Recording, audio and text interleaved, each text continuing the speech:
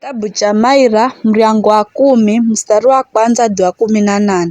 Hanamba, hewe Bwana, pano nunaima kure, pano nunajificha wakati wa taabu pa kiburi. Atiririma na atesaki ya vikali, na magwirwe ni njama zao marizozipanga. Mtirira anadzilika kwa tamaa za moyowe, mwenye kidzitso ni kumulani na kumkahala Bwana. Kaiza kudzionya kwakwe mtirira anamba Mlungu kandanamba nimboze isabu.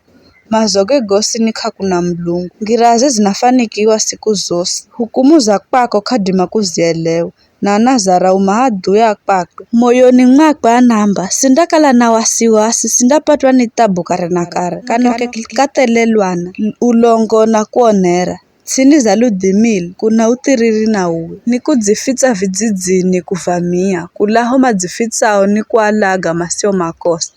Iye ni kuavamia atu masio dzadima, ni kuvamia ho adzifichaho here simba, ni kuvamia ile agwire akia, ni kuagwira akia na kuavarura na nyavui, ni kudundumana na kuzama masio dzadima, ni kugwa kwa nguvuze. Murtiriri ananena kimoyomoyo anamba Mlungu adzasahau, adzaficha uso wa kwakwe kandano na karekosi. Rungarara hewe Bwana, hewe Mlungu, nula mkono usisahau ari masio dzadima.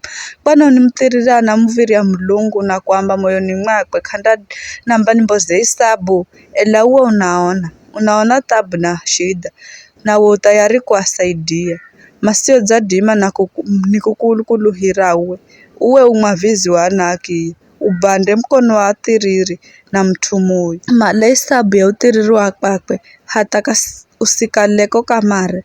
Bwana ni mtawali kare na kare, mataifa ganagamika kulaka izatsi ya kwakwe. Hewe Bwana usikirae mavoyo ganyonge, unaangiza moyo na kuasirikiza, ili kuwapa hacha na haki yanario mateswao. Kwa maana mdamu ambaye ni mitsanga tu, asidime kwago shakaheri. Ni hayo tu.